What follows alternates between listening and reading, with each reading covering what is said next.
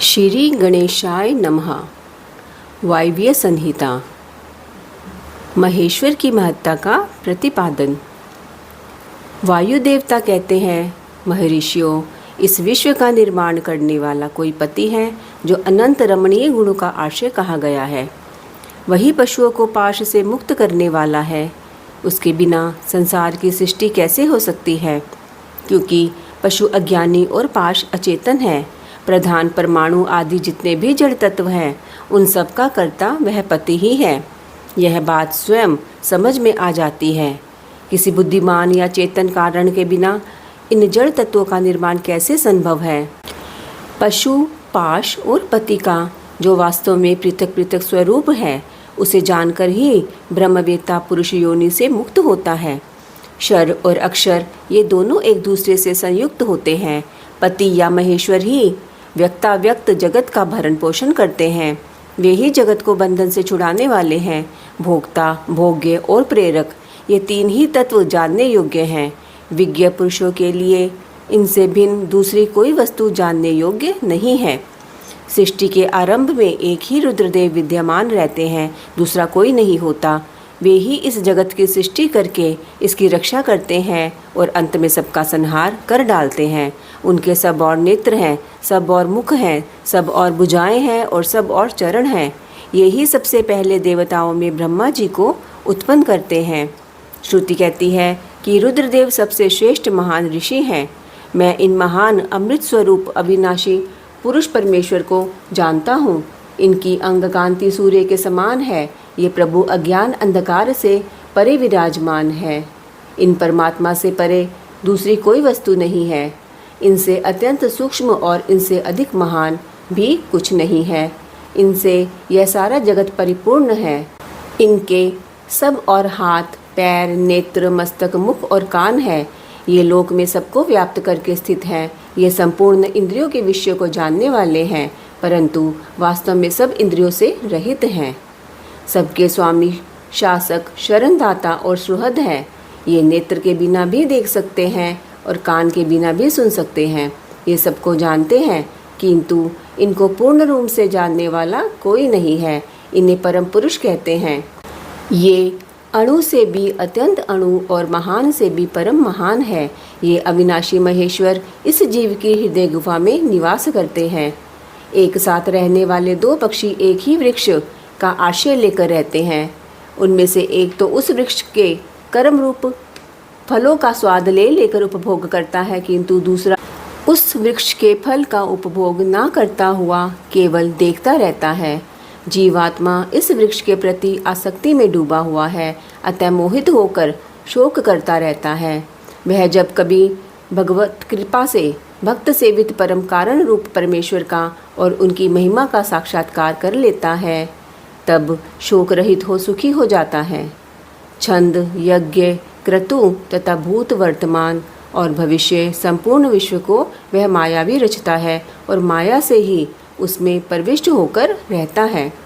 प्रकृति को ही माया समझना चाहिए और महेश्वर ही वह मायावी है। ये विश्वकर्मा महेश्वर ही परम देवता परमात्मा है, जो सबके हृदय में विराजमान है।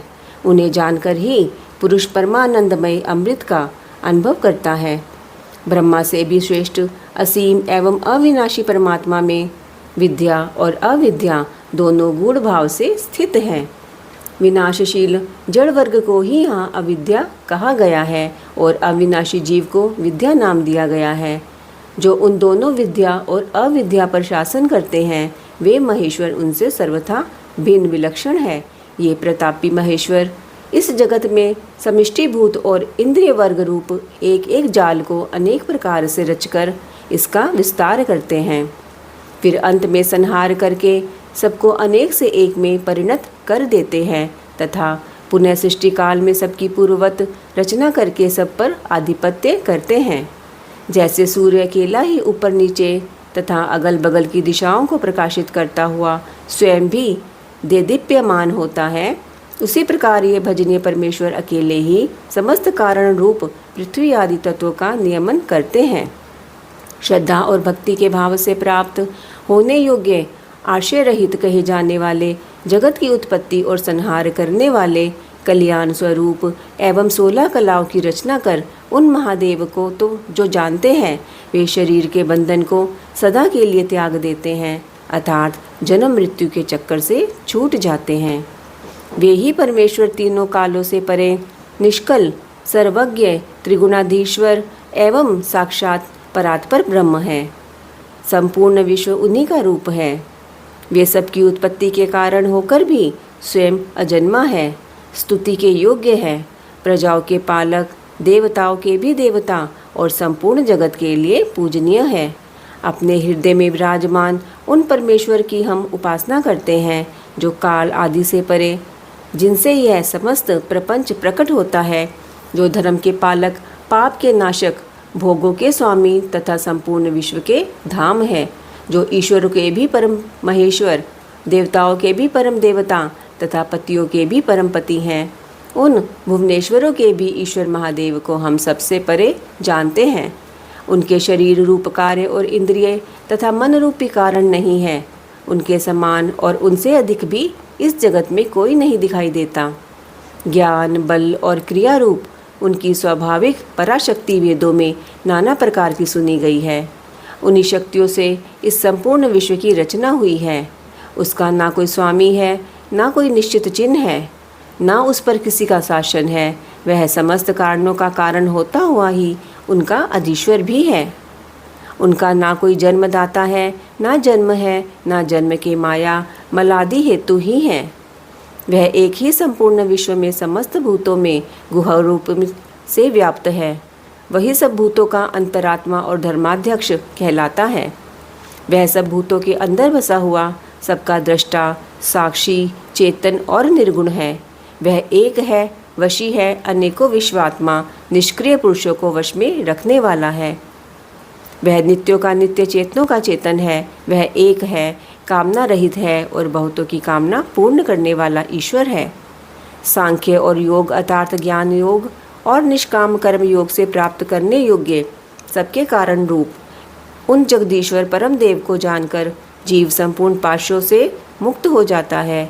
वे संपूर्ण विश्व के सृष्टा, सर्वज्ञ, स्वयं ही अपने प्राकट्य के हेतु ज्ञान स्वरूप, काल के भी सृष्टा, संपूर्ण दिव्य गुणों से संपन्न, प्रकृति और जीवात्मा के स्वामी, समस्त गुणों के शासक तथा संसार बंधन से छुड़ाने वाले हैं। जिन परम देव ने सबसे पहले ब्रह्मा जी को उत्पन्न किया और स्वयं उन्हें वेदों का ज्ञान दिया, अपने स्वरूप विषयक बुद्धि को प्रसन्न विकसित करने वाले उन परमेश्वर शिव को जानकर मैं इस संसार बंधन से छूटने के लिए उनकी शरण में जाता हूँ। यह वेदांत शास्त्र का परम गोपनीय ज्ञान है।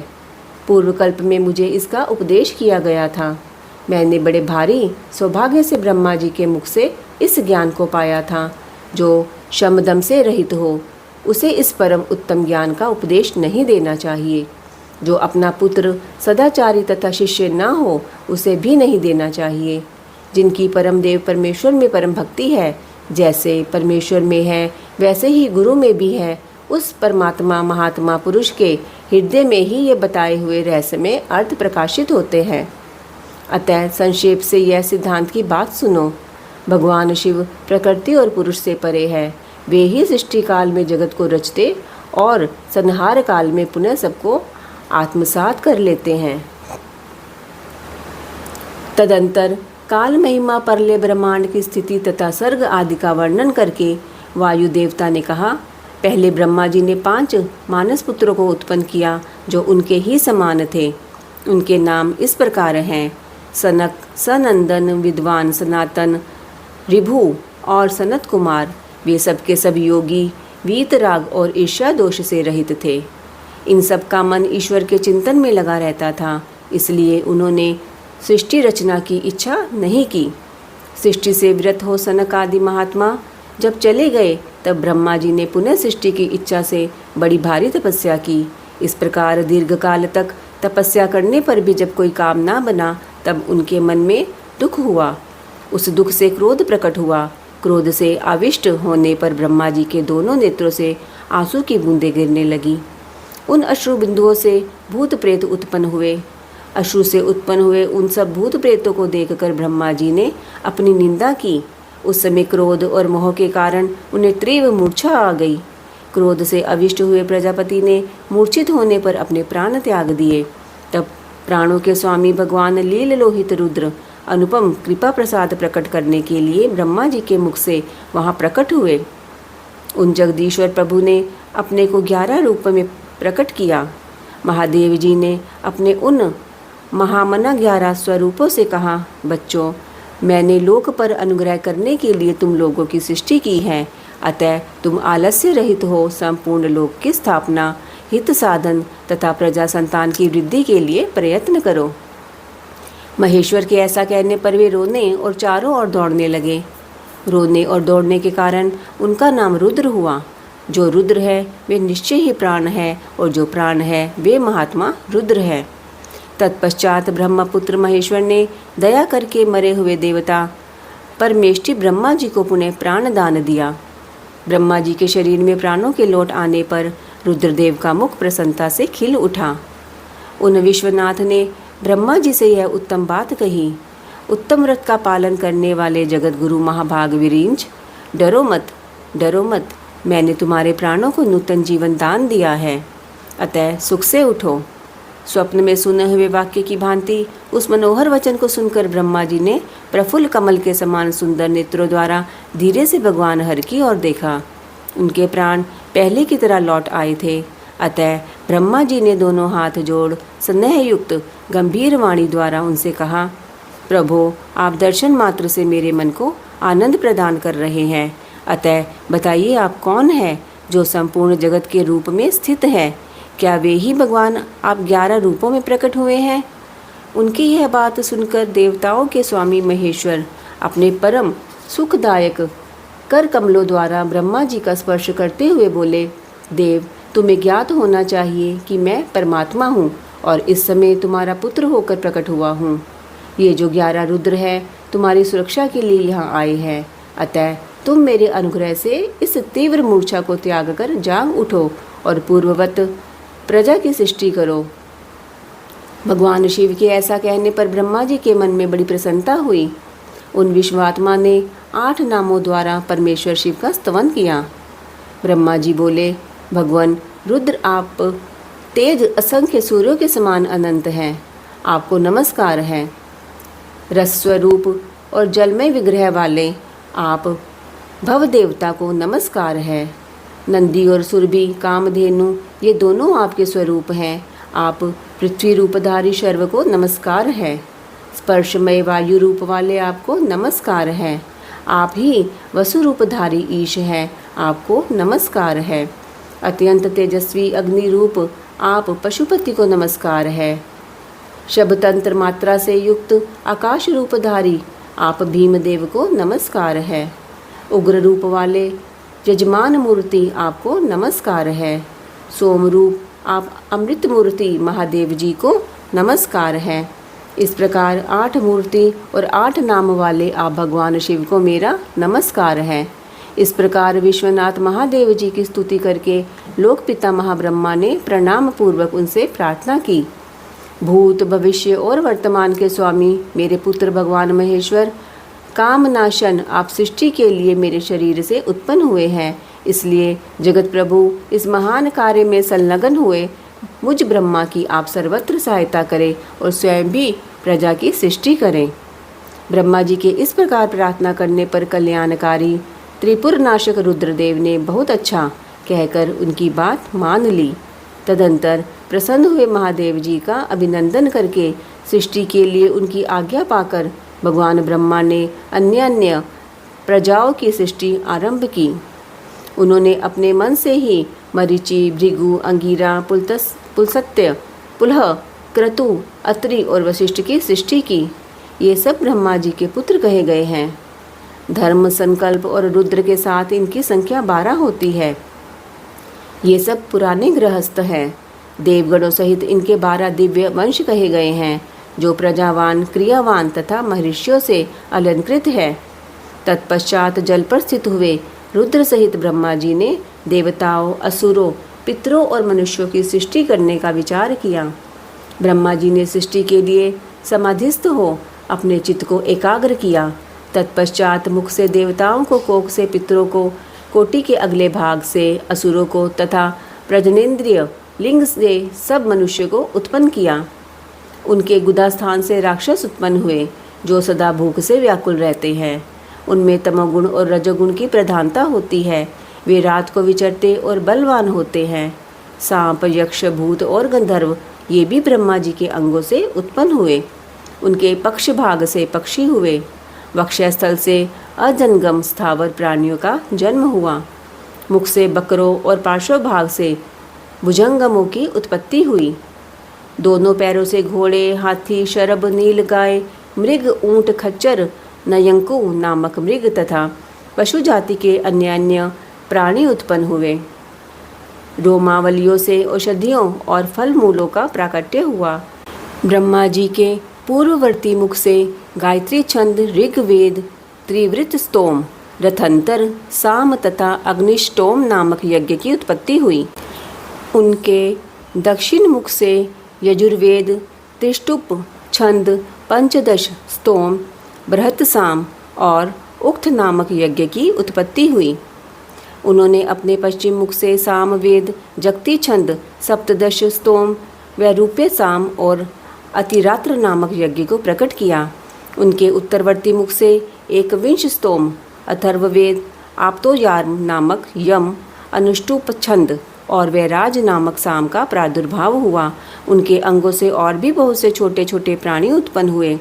उन्होंने यक्ष, पिशाच, गंधर्व, अप्सराओं के समुदाय, मनुष्य, किन्नर, राक्षस, पक्षी, पशु, मृग और सर्प आदि संपूर्ण नित्य एवं अनित्य स्थावर जंगम जगत की रचना की। उनमें से जिन्होंने जैसे जैसे कर्म पूर्व कल्पों में अपनाए थे, पुनः पुनः सृष्टि होने पर उन्होंने फिर उन्हीं कर्मों को अपनाया। उस समय वे अपनी पूर्व भावना से भावित होकर हिंसा, अहिंसा से युक्त, मृदु, कठोर, धर्म, अधर्म तथा सत्य और मिथ्या कर्म को अपनाते हैं, क्योंकि पहले की वासना के अनुकूल कर्म ही उन्हें अच्छे लगते हैं। इस प्रकार विधाता ने ही स्वयं इंद्रियों के विषय, भूत और शरीर आदि में विभिन्नता एवं व्यवहार की सृष्टि की है। उन पितामह ने कल्प के आरंभ में देवता आदि प्राणियों के नाम, रूप तथा कार्य विस्तार को वेदोक्त वर्णन के अनुसार ही निश्चित किया। ऋषियों के नाम तथा जीविका साधक कर्म भी उन्होंने वेदों के अनुसार ही निर्दिष्ट किए। अपनी रात व्यतीत होने पर अजन्मा ब्रह्मा ने स्वरचित प्राणियों को ही वे नाम और कर्म दिए जो पूर्व कल्प में उन्हें प्राप्त थे। जिस प्रकार भिन्न भिन्न ऋतुओं के पुनः पुनः आने पर उनके चिन्ह और नाम रूप आदि पूर्ववत रहते हैं, उसी प्रकार युगादि काल में भी उनके पूर्व भाव ही दृष्टिगोचर होते हैं। इस प्रकार स्वयंभू ब्रह्मा जी की लोक सृष्टि उन्हीं के विभिन्न अंगों से प्रकट हुई है। महत से लेकर विशेष पर्यंत सब कुछ प्रकृति का विकार है। यह प्राकृत जगत चंद्रमा और सूर्य की प्रभा से उद्भासित, ग्रह और नक्षत्रों से मंडित, नदियों, पर्वतों तथा समुद्रों से अलंकृत और भांति भांति के रमणीय नगरों एवं समृद्धिशाली जनपदों से सुशोभित है। इसी को ब्रह्मा जी का वन या ब्रह्म वृक्ष कहते हैं। उस ब्रह्म वन में अव्यक्त एवं सर्वज्ञ ब्रह्मा विचरते हैं। वह सनातन ब्रह्म वृक्ष अव्यक्त रूप बीज से प्रकट एवं ईश्वर के अनुग्रह पर स्थित है। बुद्धि इसका तना और बड़ी बड़ी डालियां हैं। इंद्रियां भीतर के खोखले हैं। महाभूत इसकी सीमा है। विशेष पदार्थ इसके निर्मल पत्ते हैं। धर्म और अधर्म इसके सुंदर फूल है। इसमें सुख और दुख रूपी फल लगते हैं तथा यह संपूर्ण भूतों के जीवन का सहारा है।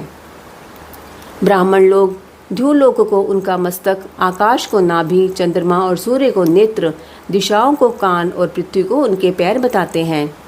वे अचिंत्य स्वरूप महेश्वर ही सब भूतों के निर्माता है। उनके मुख से ब्राह्मण प्रकट हुए हैं। वक्षस्थल के ऊपरी भाग से क्षत्रियों की उत्पत्ति हुई है। दोनों जांघों से वैश्य और पैरों से शूद्र उत्पन्न हुए हैं। इस प्रकार उनके अंगों से ही संपूर्ण वर्णों का प्रादुर्भाव हुआ है।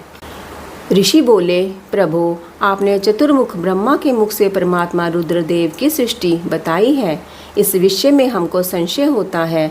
जो प्रलय काल में कुपित होकर ब्रह्मा, विष्णु और अग्नि सहित समस्त लोक का संहार कर डालते हैं। जिन्हें ब्रह्मा और विष्णु भय से प्रणाम करते हैं, जिन लोक संहारकारी महेश्वर के वश में वे दोनों सदा ही रहते हैं, जिन महादेव जी ने पूर्व काल में ब्रह्मा और विष्णु को अपने शरीर से प्रकट किया था, जो प्रभु सदा ही उन दोनों के योगक्षेम का निर्वाह करने वाले हैं, वे आदिदेव पुरातन पुरुष भगवान रुद्र अव्यक्त जन्मा ब्रह्मा के पुत्र कैसे हो गए।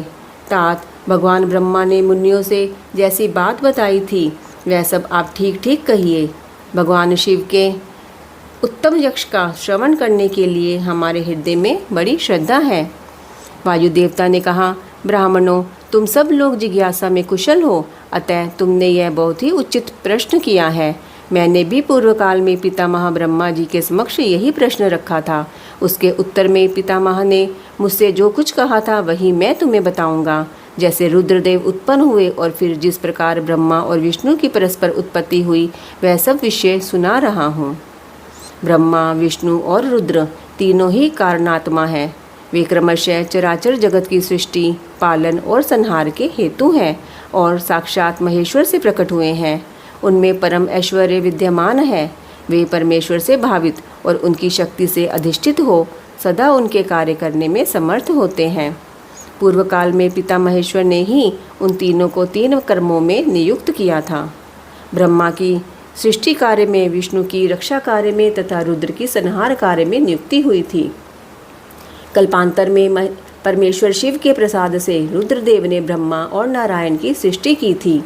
इसी तरह दूसरे कल्प में जगन में ब्रह्मा ने रुद्र तथा विष्णु को उत्पन्न किया था। फिर कल्पांतर में भगवान विष्णु ने भी रुद्र तथा ब्रह्मा की सृष्टि की थी। इस तरह पुनः ब्रह्मा ने नारायण की और रुद्र ने ब्रह्मा की सृष्टि की। इस प्रकार विभिन्न कल्पों में ब्रह्मा, विष्णु और महेश्वर परस्पर उत्पन्न होते और एक दूसरे का हित चाहते हैं। उन कल्पों के वृतांत को लेकर महर्षिगण उनके प्रभाव का वर्णन किया करते हैं। प्रत्येक कल्प में भगवान रुद्र के आविर्भाव का जो कारण है उसे बता रहा हूँ। उन्हीं के प्रादुर्भाव से ब्रह्मा जी की सृष्टि का प्रवाह अविच्छिन्न रूप से चलता रहता है। ब्रह्मांड से उत्पन्न होने वाले ब्रह्मा प्रत्येक कल्प में प्रजा की सृष्टि करके प्राणियों की वृद्धि न होने से जब अत्यंत दुखी हो मूर्छित हो जाते हैं, तब उनके दुख की शांति और प्रजा वर्ग की वृद्धि के लिए उन कल्पों में रुद्रगणों के स्वामी काल स्वरूप नील लोहित महेश्वर रुद्र अपने कारणभूत परमेश्वर की आज्ञा से ब्रह्मा जी के पुत्र होकर उन पर अनुग्रह करते हैं। वे ही तेजो राशि, अनाम्य, अनादि, अनंत, धाता, भूत संहारक और सर्वव्यापी भगवान ईश परम ऐश्वर्य से संयुक्त, परमेश्वर से भावित और सदा उन्हीं की शक्ति से अधिष्ठित हो उन्हीं के चिन्ह धारण करते हैं। उन्हीं के नाम से प्रसिद्ध हो, उन्हीं के समान रूप धारण कर उनके कार्य करने में समर्थ होते हैं। उनका सारा व्यवहार उन्हीं परमेश्वर के समान होता है। ये उनकी आज्ञा के पालक है। सहस्त्रों सूर्यों के समान उनका तेज है। वे अर्धचंद्र को आभूषण के रूप में धारण करते हैं। उनके हार, बाजूबंद और कपड़े सर्पमय हैं। वे मूंज की मेखला धारण करते हैं। जलंधर, विरिंच और इंद्र उनकी सेवा में खड़े रहते हैं तथा हाथ में कपाल खंड उनकी शोभा बढ़ाता है। गंगा की ऊंची तरंगों से उनके पिंगल वर्ण वाले केश और मुख भीगे रहते हैं। उनके कमनीय कैलाश पर्वत के विभिन्न प्रांत टूटी हुई दाढ़ वाले सिंह आदि वन्य पशुओं से आक्रांत है। उनके बाएं कानों के पास गोलाकार कुंडल झिलमिलाता रहता है। वे महान वृषभ पर सवारी करते हैं। उनकी वाणी महान मेघ की गर्जना के समान गंभीर है। कांति प्रचंड अग्नि के समान उद्दीप्त है और बल पराक्रम ही भी महान है। इस प्रकार ब्रह्मपुत्र महेश्वर का विशाल रूप बड़ा भयानक है। वे ब्रह्मा जी को विज्ञान देकर सृष्टि कार्य में उनकी सहायता करते हैं। अतः रुद्र के कृपा प्रसाद से प्रत्येक कल्प में प्रजापति की प्रजा सृष्टि प्रवाह रूप से नियत बनी रहती है। एक समय ब्रह्मा जी ने नील लोहित भगवान रुद्र से सृष्टि करने की प्रार्थना की। तब भगवान रुद्र ने मानसिक संकल्प के द्वारा बहुत से पुरुषों की सृष्टि की। वे सबके सब उनके अपने ही समान थे। सबने जटाजूट धारण कर रखे थे। सभी निर्भय, नीलकंठ और त्रिनेत्र थे। जरा और मृत्यु उनके पास नहीं पहुंच पाती थी। चमकीले शूल उनके श्रेष्ठ आयुध थे। उन रुद्रगणों ने संपूर्ण 14 भुवनों को आच्छादित कर लिया था। उन विविध रुद्रों को देखकर पितामह ने रुद्रदेव से कहा, देव देवेश्वर, आपको नमस्कार है। आप ऐसी प्रजाओं की सृष्टि ना कीजिए, आपका कल्याण हो। अब दूसरी प्रजाओं की सृष्टि कीजिए जो मरण धर्म वाली हो। ब्रह्मा जी के ऐसा कहने पर परमेश्वर रुद्र उनसे हंसते हुए बोले, मेरी सृष्टि वैसी नहीं होगी। अशुभ प्रजाओं की सृष्टि तुम ही करो। ब्रह्मा जी से ऐसा कहकर संपूर्ण भूतों के स्वामी भगवान रुद्र उन रुद्रगणों के साथ प्रजा की सृष्टि के कार्य से निवृत्त हो गए। ओम नमो शिवाय।